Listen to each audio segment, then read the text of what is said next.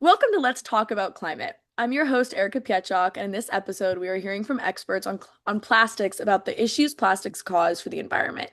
The Organization for Economic Cooperation and Development estimated that in 2019, plastic products were responsible for 3.4% of global greenhouse gas emissions throughout their life cycles, with 90% of these emissions coming from the production and conversion of fossil fuels into new plastic products. Once in the environment, research shows that plastic pollution is persistent and may take between 100 to 1,000 years or more to decompose, depending on environmental conditions.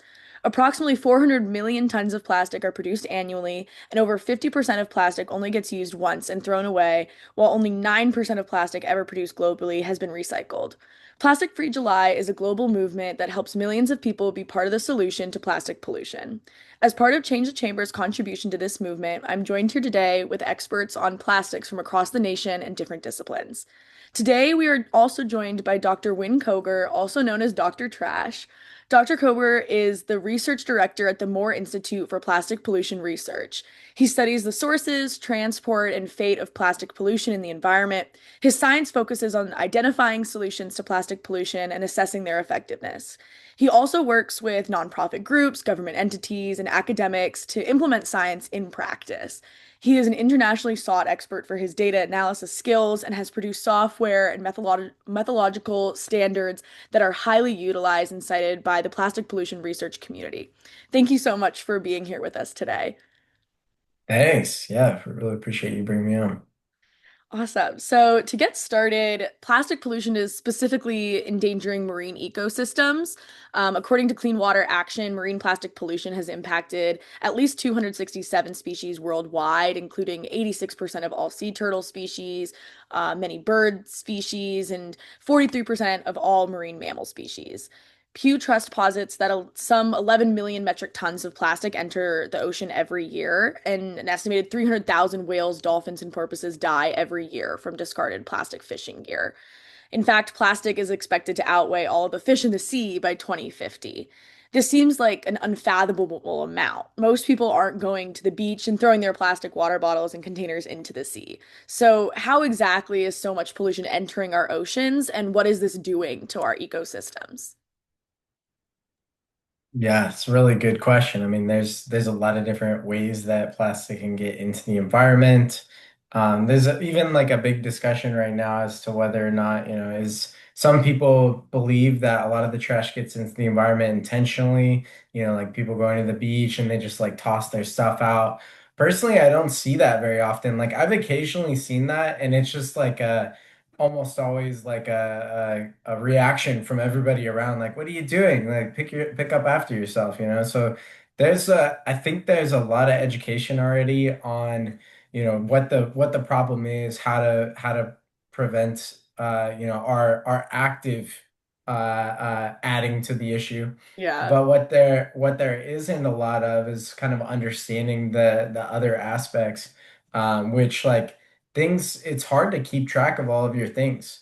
You put your trash in a trash can, a big wind comes. Here, I live in Southern California, we have Santa Ana winds. We can get gusts, really strong winds, and the trash cans get knocked over, and all the trash spews out onto the street. Um, so that's a case of like, despite our best management efforts, we are polluting a ton Yeah. during those times. It just all of it's going to get into the river. So the like number one location actually where trash gets enters the environment is the roads. There's a ton of trash entering roadsides, and then the trash goes from the roadsides and it goes into the storm drain, goes to the rivers, and then out to the ocean. That's what we think is one of the primary pathways of trash to the ocean.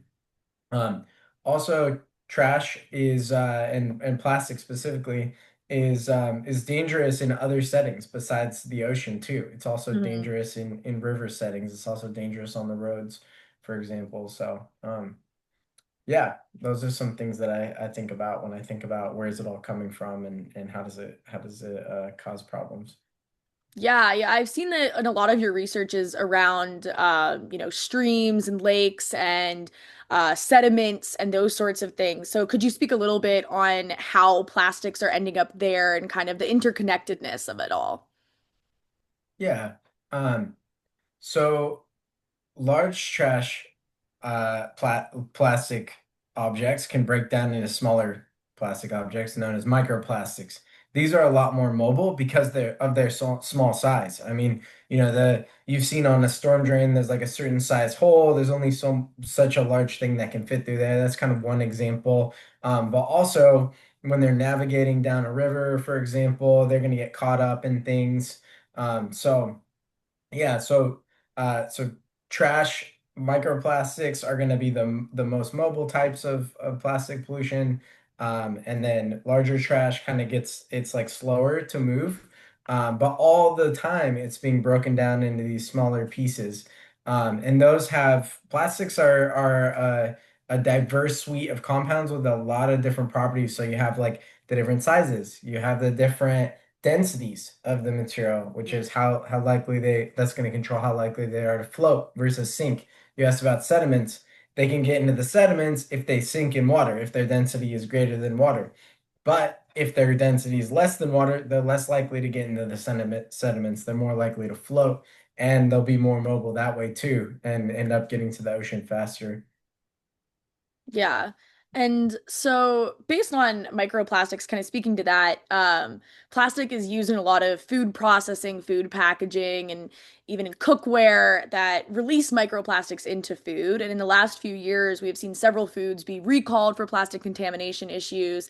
And a study last year found that even our fruits and vegetables have microplastics in them. And Mhm. today, microplastics were found in the blood of 80% of people tested in a recent study. So, what does this contamination mean for our health, and how can the food industry change to reduce plastic contamination? Yeah, those are really important questions. So on the health side, I think we still have a lot of research to do to fully understand the health implications. I will tell you there was a study released recently in Nature that has me really thinking a lot. It looked at all the different chemicals that are added to plastics Hmm. and showed that a lot of them are known to be toxic, and then a lot of them are just proprietary chemicals. So beyond also like the whole continuum, right? It's not just the particles, it's the stuff that the particles are made out of that can leach out of the plastic, Hmm. these compounds, these toxic things. Um, that's right now, that's the thing I'm most scared about in terms of human health. I mean, we already know human health consequences from things like BPAs, which are one additive in plastic, and there's a lot of a longer list of different ones that are already well documented and people are already trying to move away from. Um, but yeah, you asked another question. So what can companies do Yeah. to try to reduce this problem? So one thing they can do is increase their transparency. So companies are right now they want to keep as much information private as they can, right? Because that gives them a competitive edge. I mean, I don't blame them from that perspective. Like they don't have a responsibility as a for-profit business, like to do these kind of things. That's just not their initial MO. But they do have a responsibility to, the long-term health of of our world and of the people in it. Um, and I think that transparency is going to be the first step. So we need to know what is in these products. If we don't know what's in it, I don't know how toxic it is. There's no way I can study it. There was an issue going on, and there still is up in Washington, where these coho salmon are dying from um, a toxic leachate from tire wear particles. So when you drive down the road, your tires are slowly breaking down. That's why eventually your tires go bald, and these little particles are flaking off, and these particles are made up of tons of toxic stuff. One of the toxins in them is called 6-PBDQ, and coho salmon are dying because there's a lot of this in the water up there. It took them 20 years to figure out what the problem was. And I think that that's primarily because there's not an easy way to figure out what are the most common chemicals that are being produced in this region. What are people using most commonly? It's just a big question mark. We don't know. There's all sorts of chemicals that we have no clue what they do, what their properties are, and there's a good chance that a lot of them could be toxic. Yeah. Yeah. And I think as on that, I know that you released a study in the past couple of years on urban plastic pollution and specifically on like children's playgrounds and those sorts of things, and looking at the government responsibility in that as well. How do you see policy and kind of the future of the policy around plastics? Yeah, it's this is a really interesting question right now because we have the UN is convening Yeah. a treaty on plastic pollution, and early on, it was seeming like there was a lot of wind in that sail, and it was looking super promising. But unfortunately, it ended up getting like super industry co-opted. I mean, there's like hundreds of industry people there. The U.S. Was very pro. Originally, they were very like, we're going to protect the Yeah. environment. We don't want plastic pollution to be admissible Hmm. and permissible.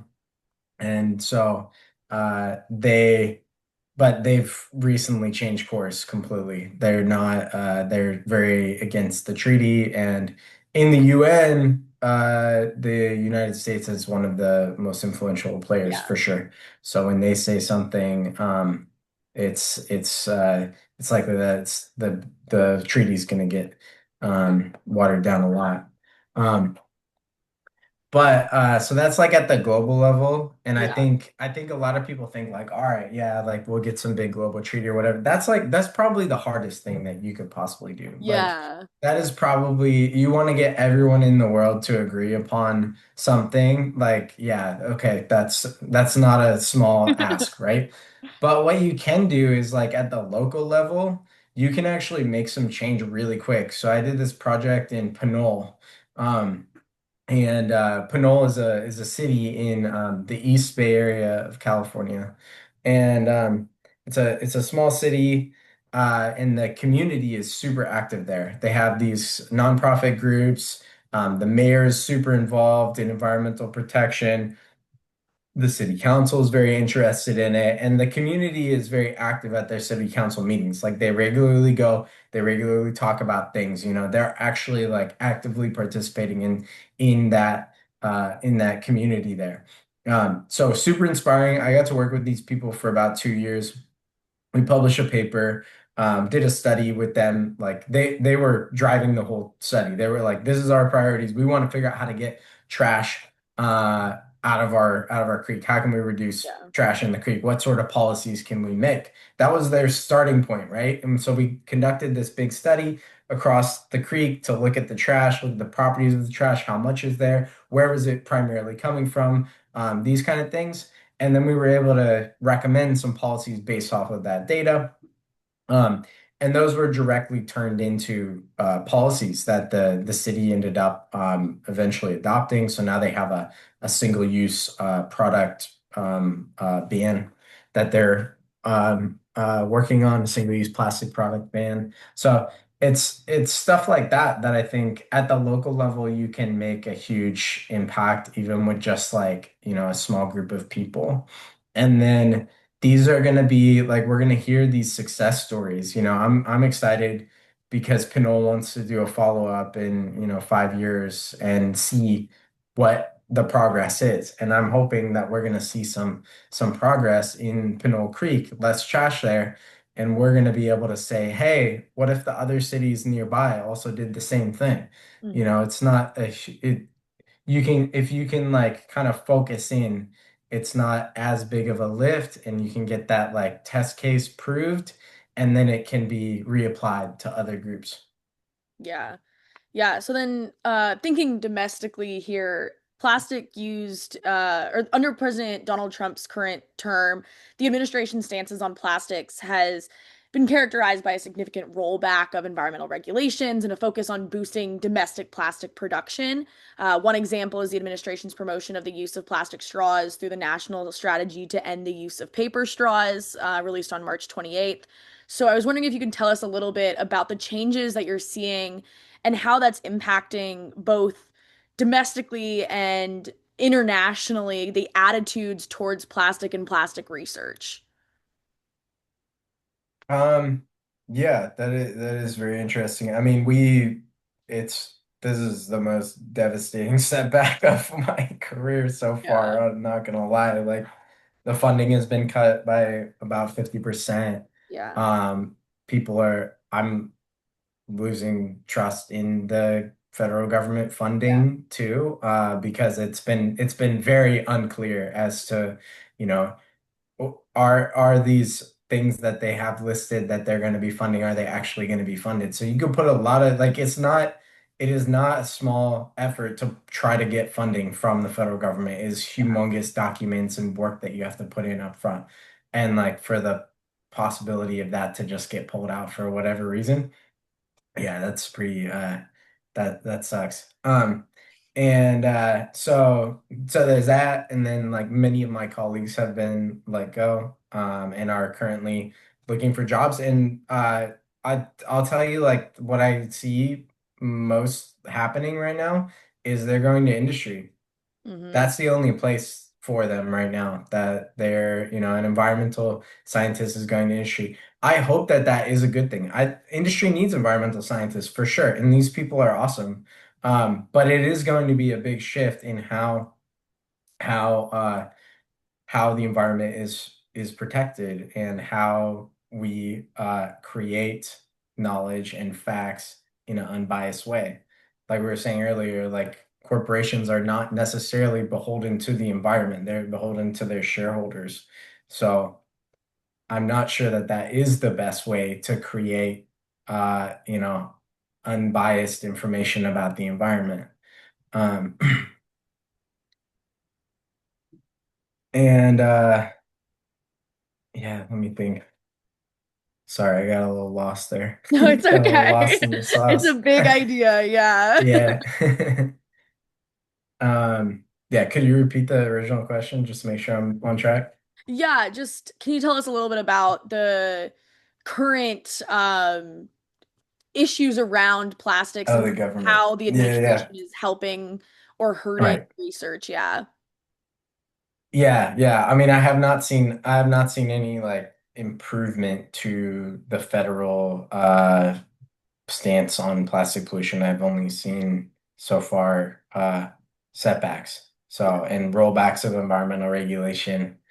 Um, And in the long run, like I hope that when the things start to swing back in the other direction, we will be able to build it back even better than it was originally. Like it's not like these systems were perfect.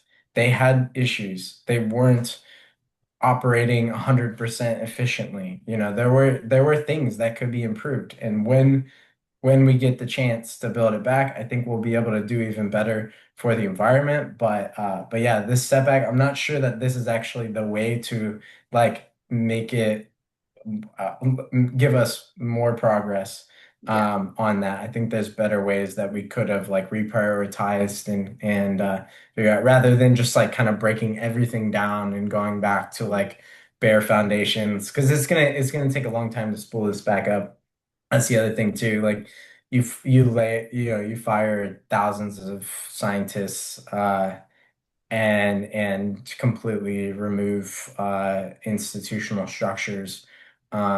There's gonna be like there's gonna be knowledge loss there. Yeah. There's going to be things that you can't just like kind of turn your computer back on and be ready to roll with. Mhm. So Yeah. yeah. Yeah, it's a challenging time.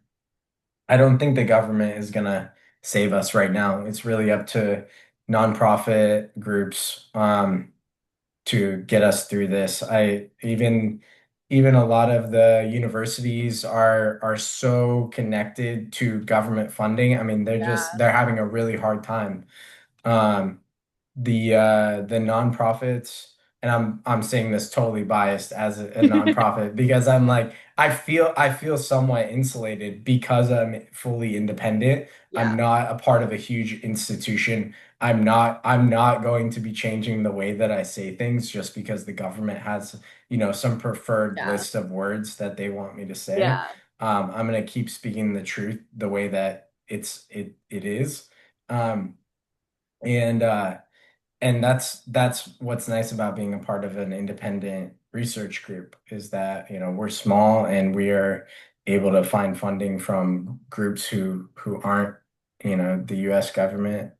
And hopefully we'll be able to hold the flag up long enough for that next wave to happen and for the swing back. Eventually it's going to, like, this is unfortunately, there's going to be environmental catastrophes from this, like, guaranteed. This is not, it's not even a possibility that, like, you fire all these people and just, like, you don't start to see consequences from that. Research is one of the things that's probably like the biggest bang for the buck to mhm, fund in terms of protecting the health of society and making innovation happen.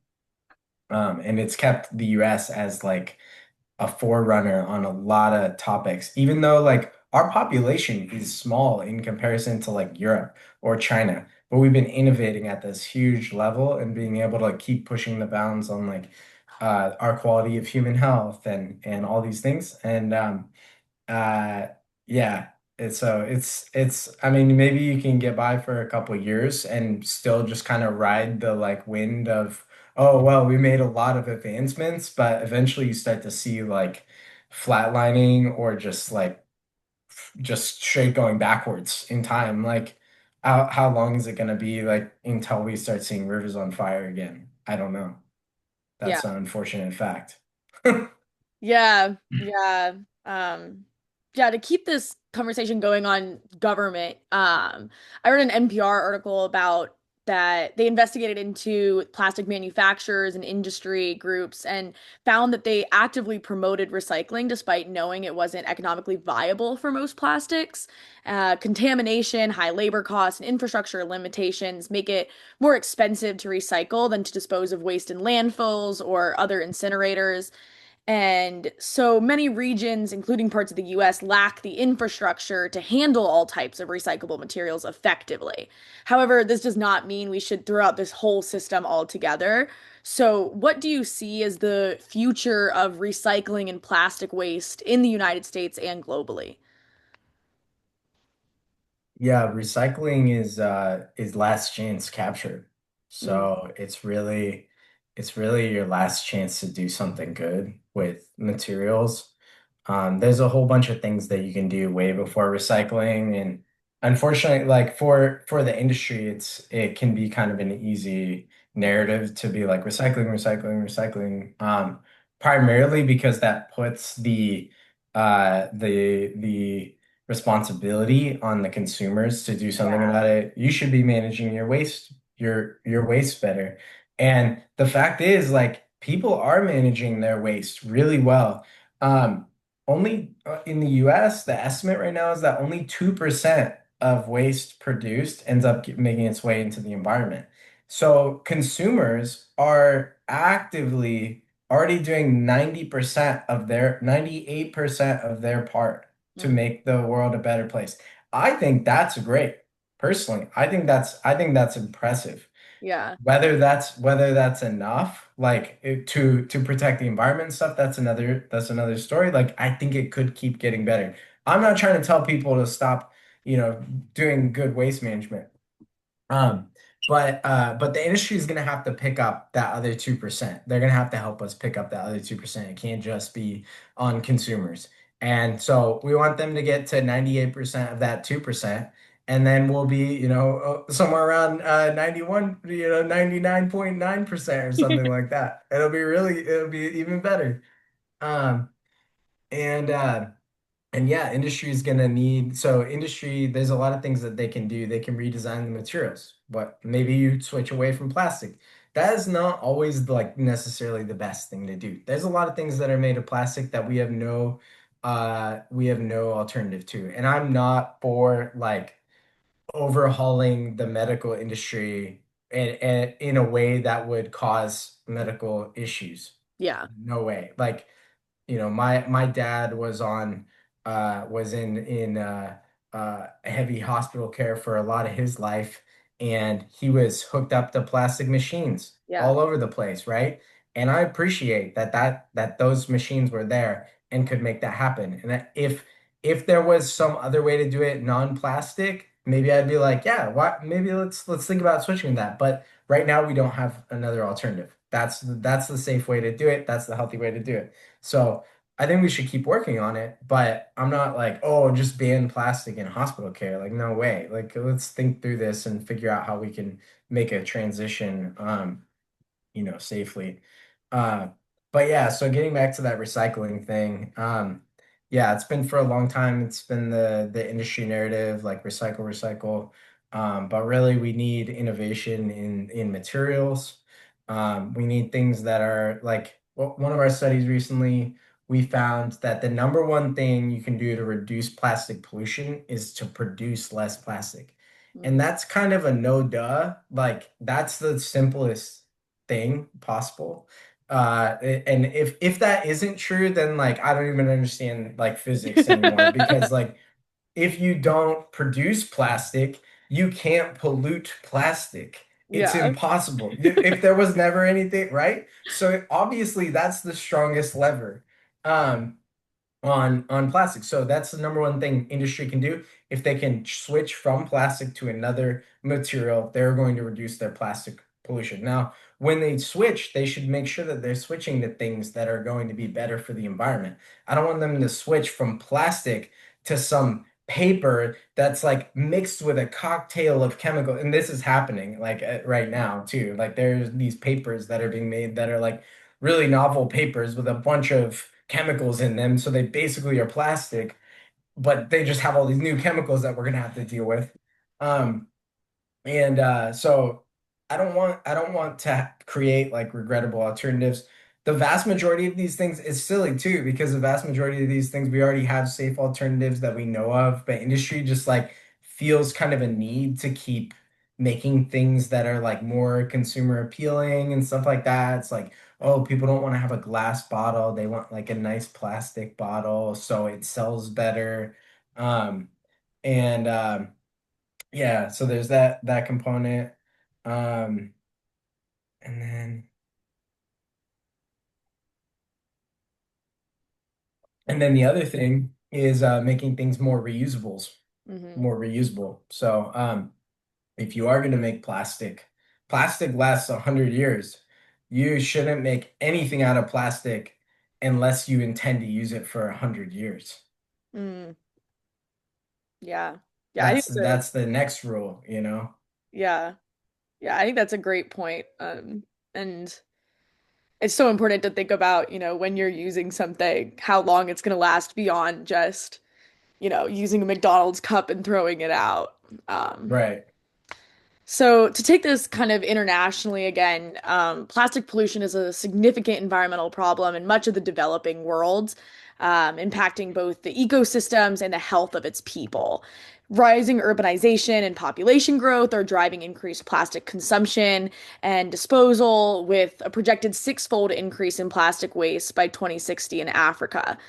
In Malaysia, it is estimated that an average of 9 billion plastic items are consumed by Malaysians each year, most of which ends up in the ocean. Bangladesh dumps nearly 2 million tons of plastic waste annually, with no formal collection systems for much of its capital.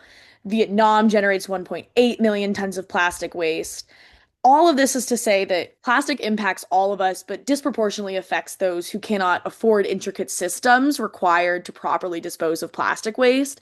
So, why exactly is the developing country having such a large issue around plastics, and what can be done both in those countries alone, but also internationally to help this issue? Yeah, I always get nervous when I hear this question because I gotta say like I live in a developed country, Yeah. and I have a certain worldview, and so I definitely don't want to ever speak for anybody from the developing world. Yeah. But yeah, from my lens, um, and what I've experienced, like spending time in India, for example, doing trash research Hmm. out there and working with some of my collaborators from these other places. One of the number one things is like they have tons of government corruption. Yeah. And so maybe they pay for uh waste management is like the first thing to get corrupted. I mean, Yeah. it wasn't even that long ago that the US like burned most of our trash in the backyard and that Yeah. like the mafia was running the waste collection system. Like it wasn't that long ago. It was like the 60s and earlier, you know.